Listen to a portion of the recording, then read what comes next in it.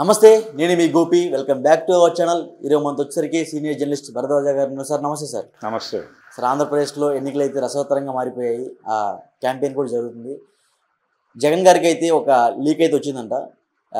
ఏ విధంగా అంటే పట్టాలు ఉంటాయి కదా, మా పొలాల పట్ట కానీ లేకపోతే సర్వేలు కానీ ప్రతి ఒక్కటి ఇళ్ల పట్టాలు కూడా మొత్తం ఇళ్ల పట్టాలతో మొత్తం జగన్ గారి పేరు మీదే ఉంటాయంట.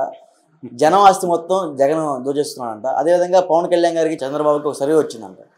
ఈసారి జగన్ గారికి కేవలం 50 నుంచి 60 స్థానాలే దక్కుతాయి అని ఒక సర్వే వచ్చిందంట. ఇది ఎంత మాత్రం వాస్తవం? అంటే రిజిస్ట్రేషన్ ప్రక్రియని మార్పు చేసిన మాట వాస్తవం. ఆంధ్రప్రదేశ్లో రిజిస్ట్రేషన్ చేసిన తర్వాత డాక్యుమెంట్స్ ఇవ్వటం కాకుండా అక్కడ భద్రపరచడం అనేది జరుగుతుంది. దీని వలన మా భూములు వాళ్ళు ఏదైనా చేస్తారేమో ప్రభుత్వం అంటే, నిజానికి చాలామందికి తెలియని విషయం ఏమిటంటే, మీ ఆస్తి మీదే కావచ్చు, కానీ మీ ఆస్తి మీద అంతిమ అధికారం ప్రభుత్వానికి కూడా ఉంటుంది అనేది ఇంతకు ముందు కూడా ఉన్న చట్టాల్లో ఉంది. అంటే మీ భూముల్లో నుంచి ఒక ప్రాజెక్ట్ ఏదో వేయాలనుకుంది ప్రభుత్వం, ఒక ఫ్లైఓవర్ వేయాలనుకుంది, లేకపోతే ఇంకేదో అనుధార్మిక విద్యుత్ కేంద్రం కట్టాలనుకుంది అనుకుంటే ఆ ఏరియాలో నోటీసులు ఇస్తారు ముందు. ఈ ప్రాంతంలో ప్రభుత్వం, ఇప్పుడు మన రాజధాని నిర్మాణం జరిగింది చంద్రబాబు గారి నాయకత్వంలో. అవును, నిర్మాణం జరుపుతానని 35,000 ఎకరాలు తీసేసుకున్నాడు ఆయన. తీసేసుకోవాలి, ప్రజలే ఇచ్చారు. అవునండి, తీసుకున్నాడు కదా. ఆయన ఎందుకు ఇచ్చారు ప్రజలు? రాజధాని నిర్మాణం జరిగితే జరిగేంత వరకు వాళ్ళకి నెల నెల ఎంతనే అకౌంట్లో డబ్బులు వేస్తారు. జరిగిన తర్వాత ఆ అభివృద్ధిలో భాగస్వామ్యం ఇస్తారు. ఇది లాభసాటిగా కనిపించింది. అంతకుముందు వరకు ఏం జరిగేది? అక్కడ వ్యవసాయం జరిగేది. ఆ వ్యవసాయం ఎవరు చేసేవాళ్ళు? ల్యాండ్ లార్డ్ కాదు, కౌలు రైతులు చేసేవాళ్ళు. తెలుగు రాష్ట్రాలలో 98 నుంచి 99% భూముల్ని కౌలు రైతులు మాత్రమే సాగు చేస్తున్నారు. గతంలో దళితులు చేసేవాళ్ళు, ఇప్పుడు ఆదివాసీలు చేస్తున్నారు. లంబాడీలు లేకపోతే ఇతర ఆదివాసులు ఛత్తీస్గఢ్ నుంచి వచ్చి కూడా గుంటూరు జిల్లాలో పొలాలు కౌలుకు తీసుకుని పనిచేస్తున్నారు. ఆ విషయం ఎవరికైనా గ్రౌండ్కి వెళ్ళినోడికి తెలుస్తుంది. అందుచేత వాళ్ళు వచ్చినటువంటి డబ్బులు ఓనర్కి ఇస్తారు. ఓనర్లందరూ ఎక్కడో సిటీస్లోనూ ఉంటున్నారు, టౌన్స్లోకి షిఫ్ట్ అయిపోయారు. ఈ షిఫ్ట్ అయిపోయిన వాళ్ళకి డబ్బులు తీసుకెళ్ళి ఇవ్వటమో లేకపోతే అకౌంట్లో ఏదో పద్ధతిలో వేయటమో చేస్తున్నారు. దీనికంటే కూడా వీడు వేస్తాడు, వెయ్యడు, 10 సార్లు ఫోన్ చేయాలి, మనిషిని పంపించాలి. ఈ టార్చర్ కండి, ఇది టార్చర్ అనుకుంటే. దానికంటే చంద్రబాబు ప్రపోజల్ బాగుంది కదా, ప్రభుత్వానికి ఇచ్చేస్తే వాడు నెల నెల అకౌంట్లో డబ్బులు వేస్తాడు కదా. రిస్క్ లేని వ్యవహారం. నాశనమైంది ఎవడు? కౌలు రైతులు. ఆ రోజు రాజధాని వద్దని నిరాహార దీక్ష చేసింది వాళ్లే. వాళ్ళని గెంటేసి వీళ్ళు స్ట్రైట్గా వెళ్ళి ప్రభుత్వానికి ఇచ్చేశారు. ఆటోమేటిక్గా శిబిరాలన్నీ రద్దయిపోయినాయి. సంచి సర్దుకుని వాళ్ళు ఇంకో చోటకి వెళ్ళిపోయారు ఎత్తుక్కుంటూ. సో ఆ భూమిని నువ్వు కబ్జా చేసావు కదా, నీ కంట్రోల్లో ఉంది. ఇప్పుడు జగన్ వచ్చేసాడు మధ్యలో. జగన్ వచ్చాక వాళ్ళ గొడవ ఏంటి? ఇప్పుడు రాజధాని లేకపోతే వాళ్ళ ప్రోగ్రామ్ ఏంటి? ఇప్పుడు ఏం చెప్తున్నాడు జగన్? కొత్తగా 5,000 ఎకరాలు చాలంటున్నాడు. క్యాపిటల్ నిర్మాణం అసలు ఎలా జరగాలి? జగన్ 5,000 ఎకరాల, చంద్రబాబు 35,000 ఎకరాల అనేది పక్కన పడేస్తే, మీరు పర్మనెంట్ సెక్రటేరియట్, మీరు ఒక చోట రాజధాని అనుకున్నారు, ఆ ఏరియాలో పర్మనెంట్ సెక్రటేరియట్, పర్మనెంట్ శాసనసభ, పర్మనెంట్ హైకోర్టు నిర్మించేస్తే యాక్టివిటీ అక్కడ పెరుగుతుంది, జనరాకడ పెరుగుతుంది. ఆ వచ్చిన వాళ్ళ కోసం అక్కడ ఉన్నటువంటి పొలాల్లోనే ఒకడు లాడ్జీ కట్టచ్చు. ఆ ఓనరే లాడ్జీ అభివృద్ధిగా. ఆ పక్కన కూడా ఇంకోటి పెడతాడు, హోటల్ పెడతాడు, లేకపోతే ఇంకొకటి పెడతాడు, ఇల్లు కడతాడు ఆ వచ్చిన వాళ్ళు అద్దెకు ఉండడానికి. అదంతా డెవలప్మెంటే కదా. వాళ్ళు చేసుకుంటారు. నీకెందుకు మధ్యలో? నీకెందుకు? వాళ్ళ పొలాలు తీసుకుని అభివృద్ధి చేసే పని నీకెందుకు? వాళ్ళు చేసుకుంటారు కదా. అది మానేసి నువ్వు తీసుకున్నావంటేనే నీకు వేరే ప్రోగ్రామ్ ఏదో ఉందని. పైగా క్యాపిటల్ నిర్మాణం 35 ఏళ్ళు పడుతుందని చెప్పాడు ఆ పెద్ద మనిషి. 35 ఏళ్ళు తెలుగుదేశాన్ని ఎన్నుకుంటేనే అన్నాడు మళ్ళీ. అది బ్లాక్మెయిల్ చేయటమేగా జనాల్ని. ఇది చంద్రబాబు గారు చేస్తే అది రాజకీయం. జగన్మోహన్ రెడ్డి ఏం చెప్తున్నాడు, ఈ రిజిస్ట్రేషన్ అయినటువంటి భూమి అంటే జనరల్గా ఎలాగైతే చంద్రబాబు తీసుకున్నాడో ఇలా గవర్నమెంట్ ఏదో ఒక ప్రాజెక్ట్ అనౌన్స్ చేసి ఆ ఏరియాలో ఉన్నటువంటి భూములు సేకరించేస్తుంది, భూసేకరణ చేస్తారు. వారు దానికి ఏదో కాంపన్సేషన్ గవర్నమెంట్ నామ్స్ ప్రకారం కాంపన్సేషన్ ఇస్తారు. నాగార్జున సాగర్ కింద నిర్వాసితులైనటువంటి చాలామంది కేసులు ఈ రోజుకి సెటిల్ కాల, ఇప్పటికీ కోర్టుల చుట్టూ తిరుగుతున్నారు పొలాలు పోగొట్టుకుని. ఎన్నేళ్ళు అయింది అది? చాలా సంవత్సరాలు అయింది కదా. ఇది పరిస్థితి.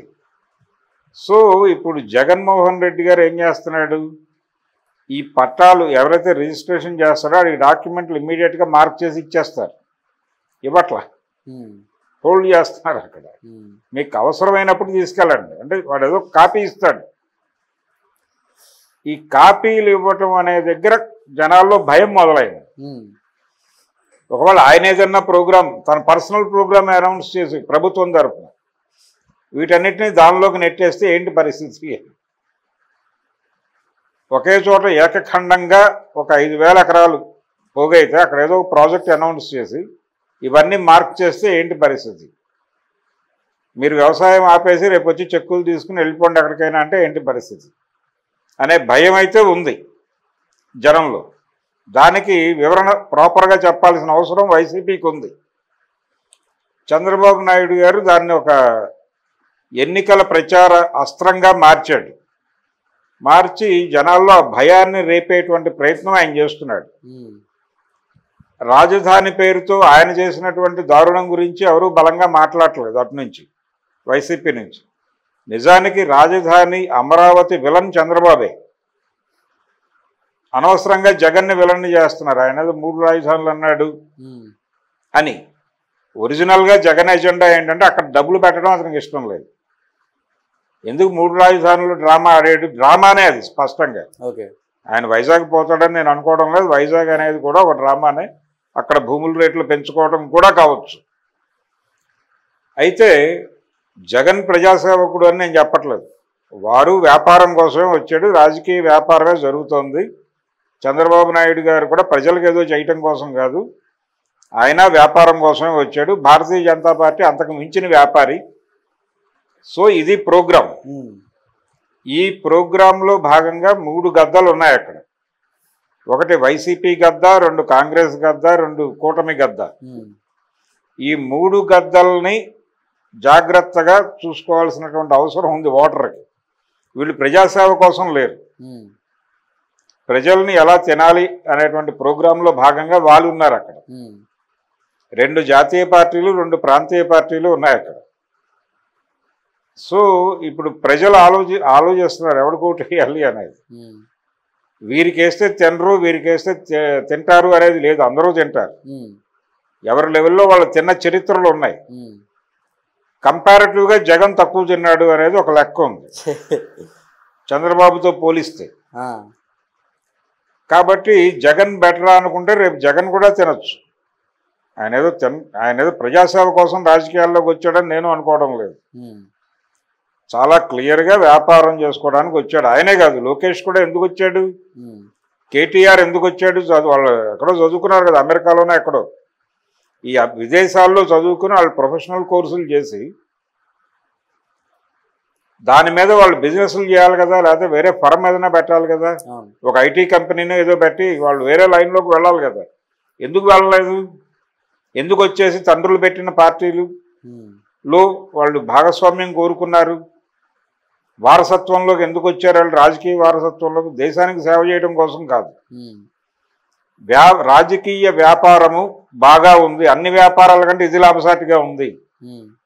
సో ఇక్కడికి వచ్చేస్తే ఈ వ్యాపారం చేసుకోవచ్చు. ఆల్రెడీ మన తండ్రి ఒక కంపెనీ పెట్టాడు, ఆ కంపెనీ లీడ్ మనం తీసుకుంటే జీవితం వెళ్ళిపోతుంది కదా అని వచ్చారు వీళ్ళు 3, జగన్మోహన్ రెడ్డి, కేటీఆర్ అండ్ లోకేష్. వీళ్ళ 3 అందుకోసమే వచ్చారు తప్ప వీళ్ళకి ఏదో ప్రజల మీద ప్రేమ ఉండే ఏదో చేద్దాం అని కాదు. డబ్బులు సంపాదించుకోవడానికి ఇది అద్భుతమైన అవకాశం అనే వచ్చారు. అదే చేస్తున్నారు, అదే చేస్తారు, అదే చేస్తారు. వాళ్ళ ప్రోగ్రామే అది. దానికి అవకాశం లేకపోతే వెళ్ళిపోతారు ఇక్కడ నుంచి. అవకాశం ఉంది కాబట్టే బతుకుతున్నారు ఇంకా ఇక్కడ. సో అందులో భాగంగానే జగన్మోహన్ రెడ్డి కూడా తింటాడు. తిన్న వాళ్ళల్లో చంద్రబాబు ఆల్రెడీ చాలా తిన్నాడు. బీజేపీ రకరకాల పేర్లతో తినేస్తోంది, తింటుంది కూడా. కేంద్ర ప్రభుత్వం అంటే రాష్ట్రాల అధికారాలని చాలా వరకు కంట్రోల్ చేయటం మాత్రమే కాదు, చాలా రాష్ట్ర ప్రభుత్వాలను తన అదుపులో పెట్టుకుని పాలన చేస్తోంది. జగన్మోహన్ రెడ్డి కూడా భారతీయ జనతా పార్టీ అదుపులోనే పరిపాలన సాగిస్తున్నాడు. రేపు పొద్దున టీడీపీ వచ్చినా అదే చేస్తుంది.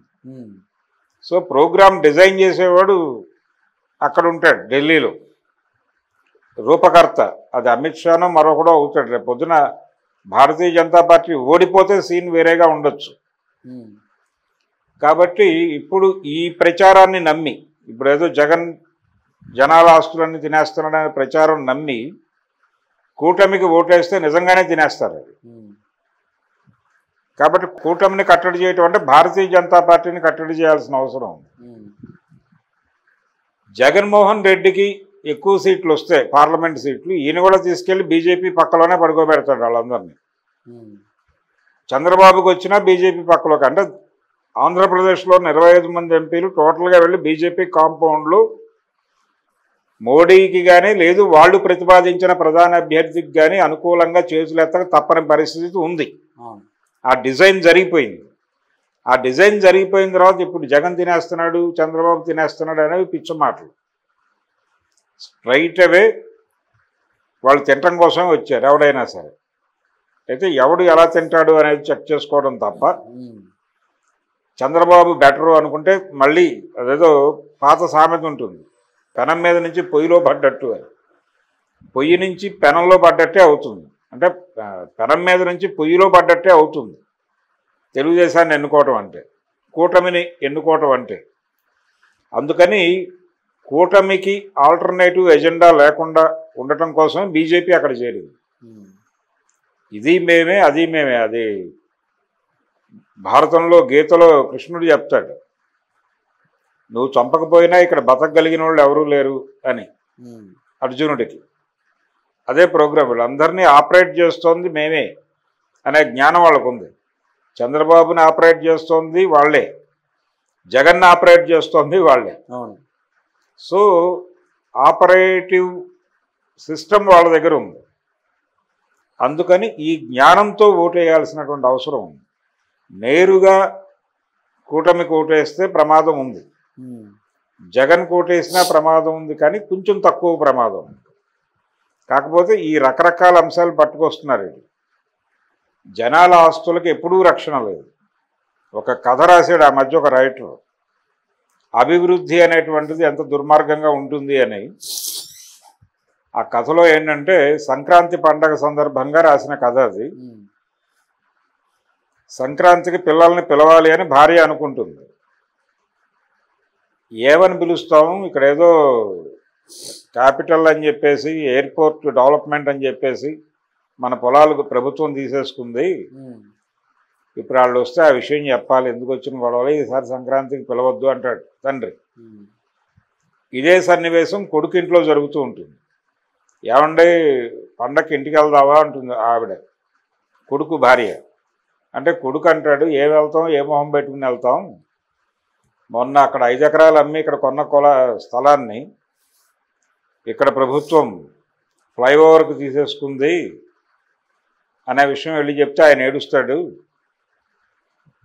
అది చెప్పాల్సిన అవసరం ఏముందిలే, ఈసారి పండగ ఇక్కడే చేసుకుందాం అంటాడు ఈయన. సో అభివృద్ధి అనేది ఎక్కడున్నోడైనా చావుకొట్టేస్తాం, ఇది పరిస్థితి. అందుకని ఇప్పుడు ఏదో జగన్ గారు ఈ ఆస్తులు ఏదో చేసేస్తాడని భయపడాల్సిన అవసరం లేదు. ప్రభుత్వం దగ్గర ఉంటాయి, మీకు అవసరమైనప్పుడు వచ్చి తీసుకెళ్ళండి చెప్తున్నారు. మీరు తర్జుమా అంటే వేరే వాడికి ట్రాన్స్ఫర్ చేయదలుచుకుంటే రండి, డీల్ మాట్లాడుకోండి, రిజిస్ట్రేషన్ చేసుకోండి, డబ్బులు తీసుకొని పక్కకి వెళ్ళిపోండి. ఏదైనా త్రూ రిజిస్ట్రార్ ఆఫీస్ జరగాలి అంతే, అంతకుమించి పెద్ద దుర్మార్గం ఏమి లేదు. దానికి భయపెడుతున్నారు. భయపెట్టి అటువైపు జనాలని మళ్లించుకునే ప్రయత్నం ఎన్నికల ప్రచార వ్యూహంలో భాగంగా చేస్తున్న మాటే తప్ప ఇంతకంటే దుర్మార్గాలు వారు చేశారు. Thank you sir. Thank you.